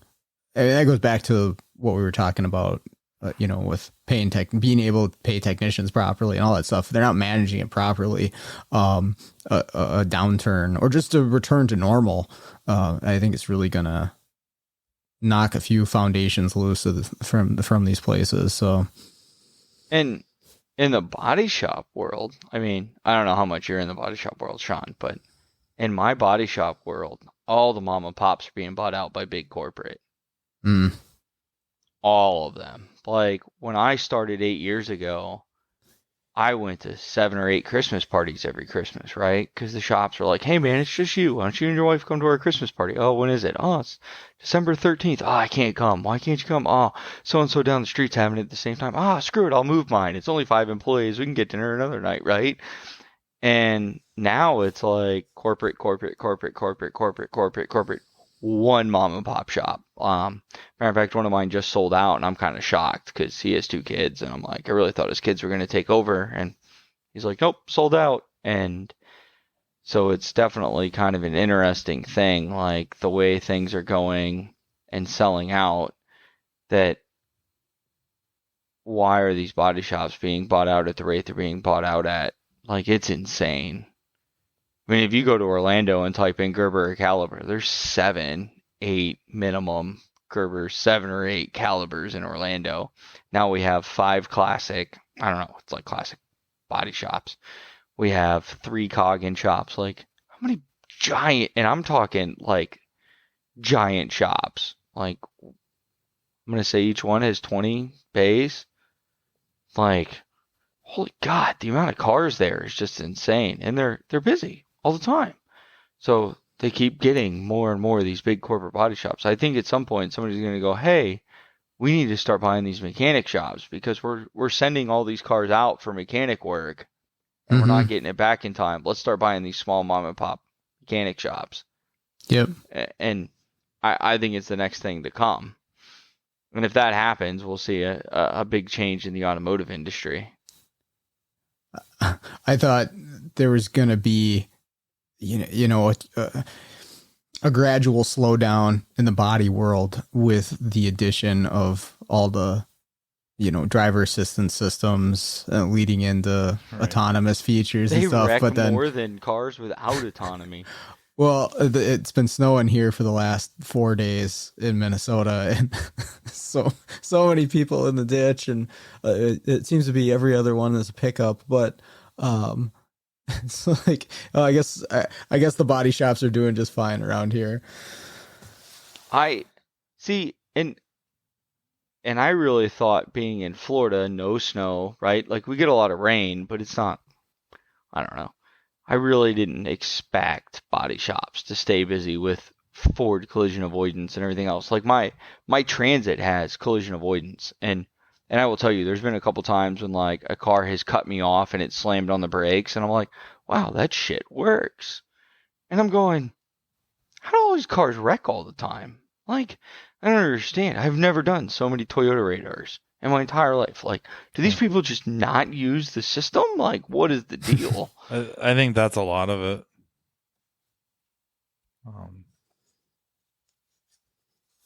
And then I think just complete reliance on it. I think eventually they just assume it's going to work.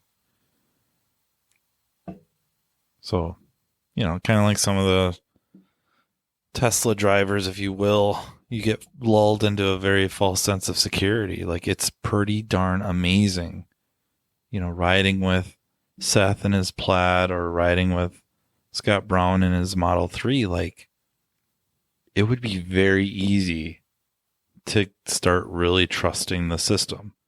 And that's, I'm not picking on Tesla's system specifically. It's just, in a way, it's so good, you get comfortable with it.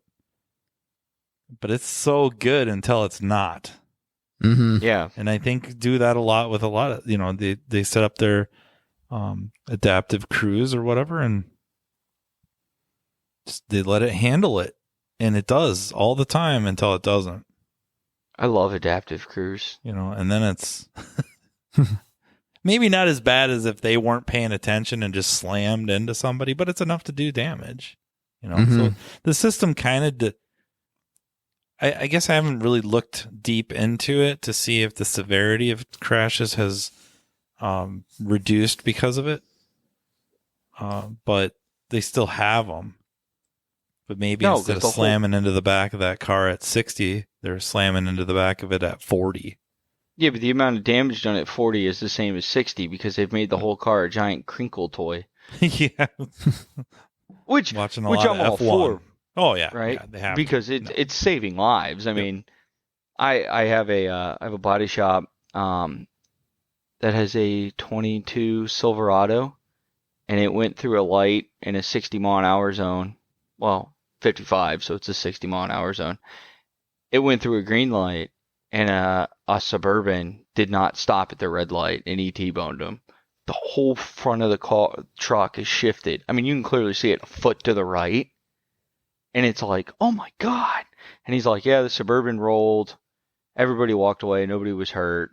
And I'm like, dude, what? And I mean, you walk over to that Silverado and the frame rails are pushed almost, the engine's into the firewall, and you can still open the driver's door. And I'm like, he freaking T-boned a Suburban at 60 mile an hour. And that's like, the door still functions. Like, that's incredible. But you guys watch those? You guys watch those National Insurance Institute crash videos? Those are it's been my favorite. I do those. Yeah, don't buy a Dodge truck. That's what I learned after watching them. They suck. 30% lap, you're dead.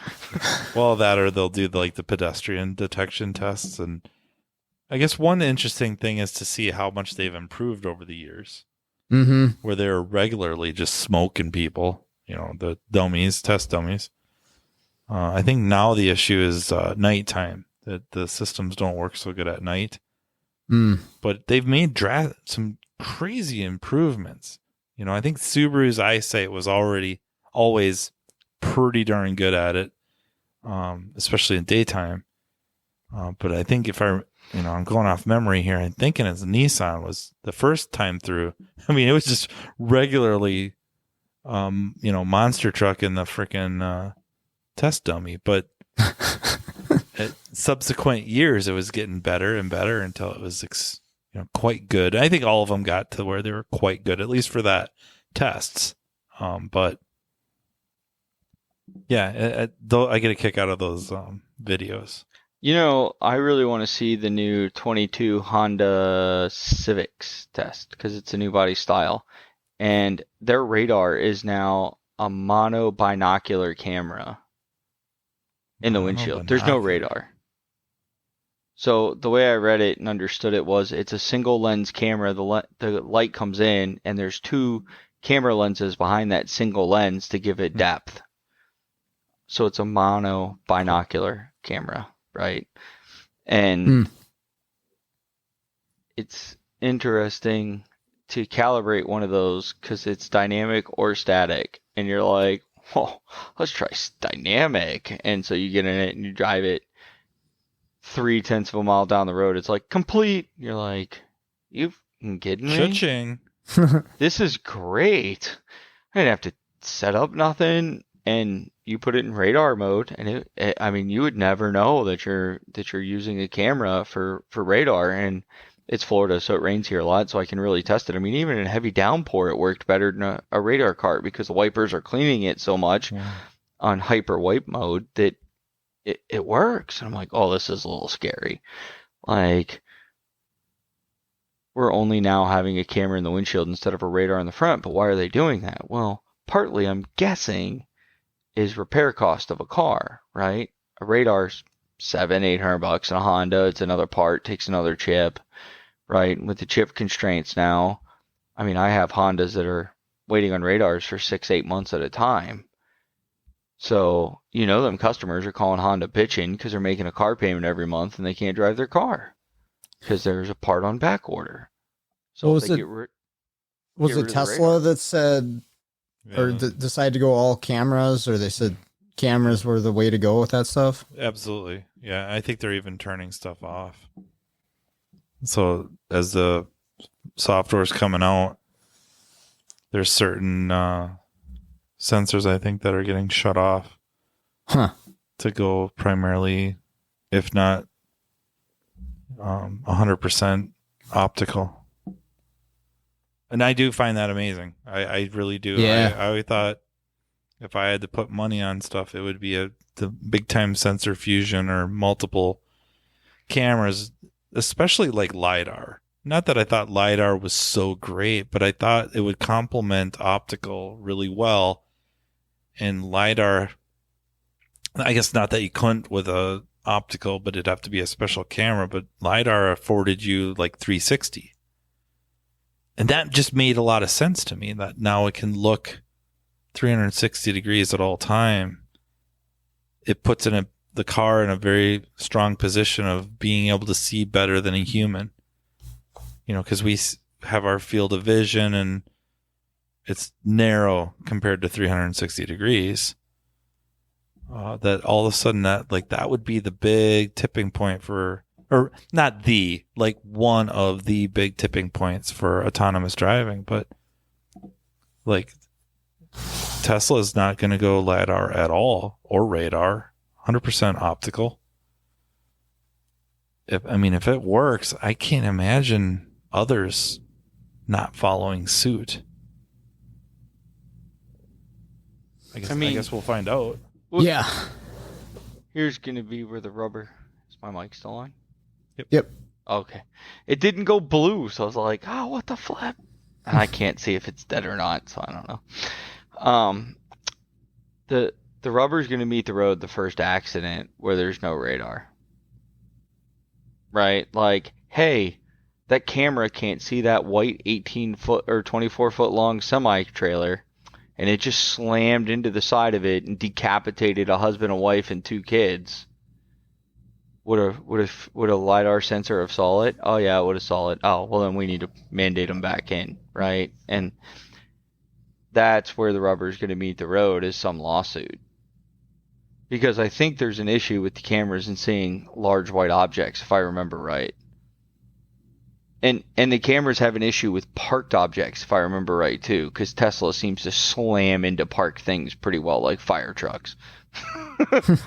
and the fire trucks and the emergency vehicles, it's something to do with the strobing lights on the top to let you know that there's an emergency going on, is what causes the issue. Huh.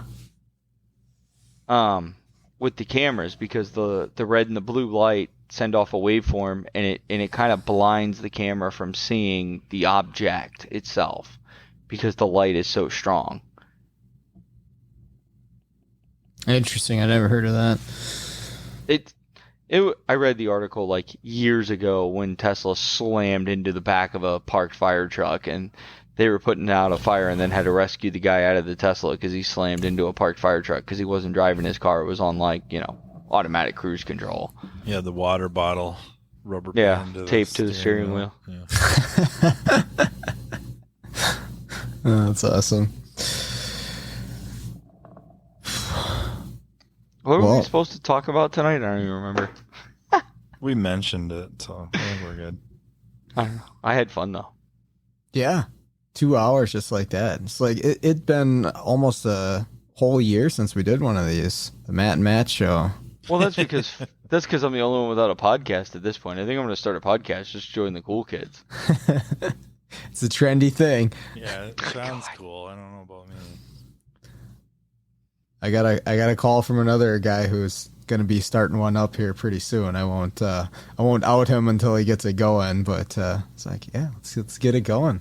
More the merrier. And I don't know. I listen to podcasts, but it's funny. Like, everybody makes fun of me, like, oh, you watch YouTube? No. Oh, you don't watch any car YouTube? No. If I watch YouTube, it has nothing to do with cars. It's almost 99% woodworking. And even then, I'm annoyed because the guy's like, oh, yeah, here, let me come over to my $12,000 CNC machine here to cut out this custom piece. And I'm like, well, fuck you. I ain't got a $12,000 CNC machine. I wanted to see how to cut a round piece, with a hollow center without a CNC. And which now I want a CNC. And I thought that was what the RotoZip was for. Yeah. If I do podcast, it very rarely is it an automotive podcast. I will say you and Matt are probably the only two I really listen to on a regular. I really enjoyed Brian Pollock's one the other day. That was fun. And yours are fun, Sean, because they're all technical. And I'm like, haha, some other dumbass is trying to fix cars. What an idiot.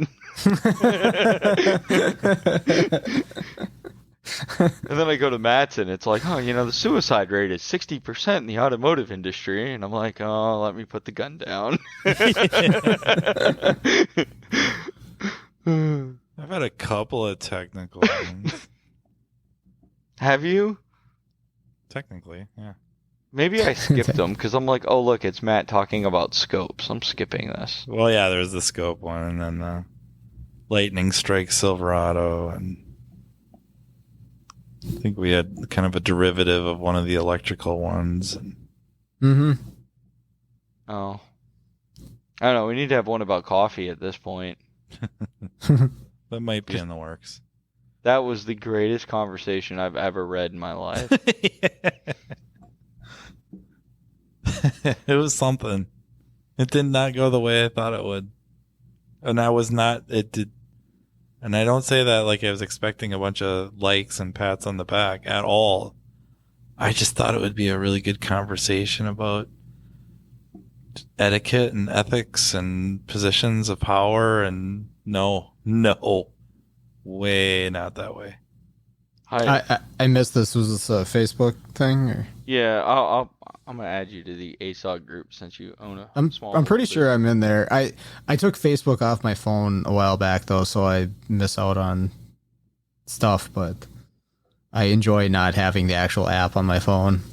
Dude, it is my entertainment when I'm waiting for Ford to program for 3 hours. Matt posted something. This ought to be good. Yeah. Yeah, I mean, oh, yeah, speaking of programming, I don't even know how to charge anymore for the newer Fords. I don't know, you haven't probably done many. The FTRS. Yeah, like my wife's 2020 Explorer had a recall for the rear camera, right? Because the rear camera doesn't work like worth shit. And it's kind of important because they have such shitty side view mirrors, like you can't see when you're backing up in this Explorer sometimes. And the other thing is you kind of become dependent on the rear view mirror. Like I can back it up just fine, but the rear view camera, you just become dependent on it because it's there and the 360 view. And so it was they said, oh, you need to update it. I'm like, oh, okay, I'll update it. 47 minutes for the rear view camera. Holy Jeez. moly. And I'm like, oh my God.